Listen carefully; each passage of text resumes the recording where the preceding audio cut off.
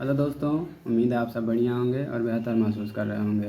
हम लोग पढ़ रहे हैं DLED third semester lesson plan और आज हम लोग DLED third semester lesson plan में देखेंगे लेसन प्लान नंबर 18। तो आइए देखते हैं लेसन प्लान नंबर 18। तो सबसे पहले आप पाठ योजना संख्या 18 डालेंगे और इसके बाद आप कॉलम बनाएंगे। एक में दिनांक, फिर कक्षा, फिर विषय, फिर कालांश, फिर अवधि लिखेंगे। तो जिस डेट को, जिस कक्षा में, जिस विषय को, जिस कालांश में, जिस अवधि में पढ़ा रहे हैं उसको डाल देंगे। उसके बाद प्रकरण डालेंगे, जैसा कि मेरा प्रकरण था काकस्य उद्यम। इस तरह से प्रकरण डालने के बाद आप समान उद्देश्य लिखेंगे। समान उद्देश्य में लिखेंगे बच्चों के शब्द भंडार में वृद्धि करना, बच्चों को संस्कृत भाषा से परिचित कराना, बच्चों में संस्कृत भाषा के प्रति रुचि उत्पन्न करना, बच्चों को संस्कृत अनुवाद से परिचित कराना, बच्चों को संस्कृत अनुवाद से परिचित कराना। ठीक है, ये डबल हो गया है तो आप इसको एक ही बार लिखिएगा। इस तरह से समान उद्देश्य हो जाएगा। समान उद्देश्य के बाद हम लिखेंगे विशेष उद्देश्य। विशेष उद्देश्य में लिखेंगे ज्ञानात्मक उद्देश्य। ज्ञानात्मक उद्देश्य में लिखिएगा बच्चे कौवे के परिश्रम के बारे में जान सकेंगे। बोधात्मक उद्देश्य में लिखिएगा बच्चे कौवे के परिश्रम का बोध अपने जीवन में कर सकेंगे। फिर प्रयोगात्मक उद्देश्य में लिखिएगा बच्चे कौवे के परिश्रम से सीखकर उसका प्रयोग अपने दैनिक जीवन में कर सकेंगे। उसके बाद कौशलात्मक उद्देश्य में लिखिएगा बच्चे कौवे के परिश्रम के कौशलों से सीखकर स्वयं भी परिश्रम करने योग्य बन सकेंगे। इस तरह से आपका विशेष उद्देश्य भी बनके तैयार हो जाएगा, जैसा कि आप देख पा रहे होंगे। इस तरह से आप भी विशेष उद्देश्य लिख सकते हैं। उसके बाद हम आते हैं सहायक सामग्री पे। सहायक सामग्री में लिखेंगे चाक, डस्टर, पॉइंटर तथा अन्य शिक्षण उपयोगी वस्तुएं। उसके बाद कह रहा पूर्व ज्ञान। पूर्व ज्ञान में लिखेंगे बच्चे कौवे के बारे में सामान्य जानकारी रखते हैं। ठीक है, उसके बाद हम आएंगे प्रस्तावना प्रश्न पे।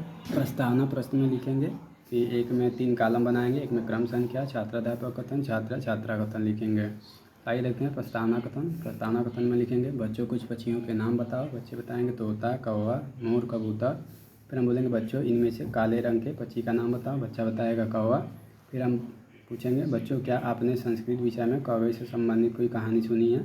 तो बच्चे यहाँ पे समस्यात्मक हो जाएंगे, बता नहीं पाएंगे। ठीक है, क्योंकि संस्कृत बच्चे पढ़ते नहीं हैं तो यहाँ पे बच्चे कन्फ्यूज हो जाएंगे, नहीं बता पाएंगे। इस तरह से आपका प्रस्तावना प्रश्न बन के तैयार हो जाएगा, जैसा कि आप देख पा रहे होंगे। उसके बाद आप उद्देश्य कथन लिखेंगे। उद्देश्य कथन में लिखेंगे बच्चों आज हम लोग काकस्य उद्यम नामक कहानी पढ़ेंगे व समझेंगे। ठीक है, तो यह आपका हो जाएगा उद्देश्य कथन। अब हम जब देखेंगे प्रस्तुतिकरण। प्रस्तुतिकरण में आप 3 कॉलम बनाएंगे। एक में शिक्षण बिंदु, दूसरा छात्राध्यापक कथन, तीसरा छात्रा छात्रा कथन हो जाएगा।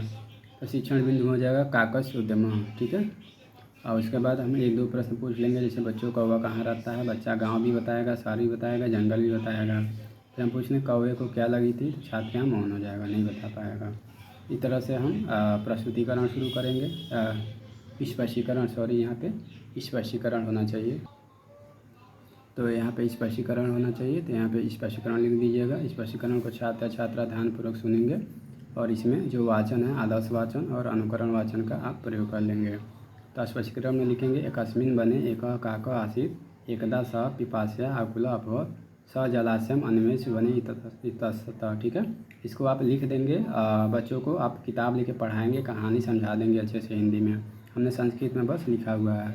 स जलाशयम् अन्वेष्य वने इतस्ततः अभ्रमत् अन्ते स एकं घटम् अलभत तस्मिन् घटे स्वल्पं जलम् आसीत् अतः स जलं पातुम् अस्माकम् अभवत् अथ स एकम् उपायम् अचिन्तयन् स दूरात् पाषाणखण्डान् आनीय घटे क्षिपत् एवं क्रमेण जलम उपरि समागच्छत् काकः जलम पीत्वा सुखी अभवत्। ठीक है, इस तरह से आप संस्कृत में लिख देंगे और बच्चों को इसका हिंदी में अनुवाद बता देंगे ताकि बच्चे अच्छे से समझ पाएँ।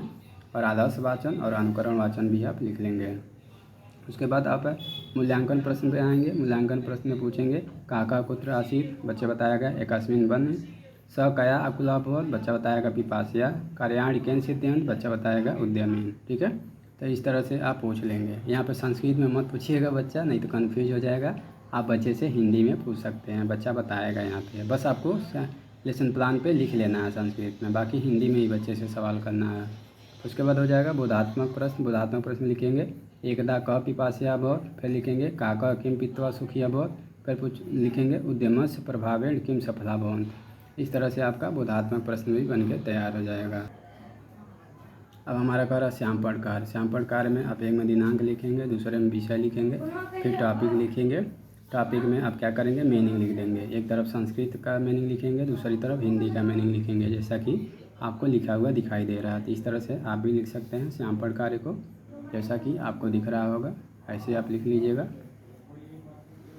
उसके बाद आप निरीक्षण कार्य पे आइएगा। यहाँ पे निरीक्षण कार्य में लिखिएगा कि छात्र जब श्यामपढ़ कार्य को अपनी कॉपी पर लिख रहे होंगे तब छात्राध्यापक कक्षा में घूम घूम कर निरीक्षण कार्य करेंगे। ठीक है, तो इस तरह से निरीक्षण कार्य हो जाएगा। निरीक्षण कार्य के बाद गृह कार्य लिखिएगा।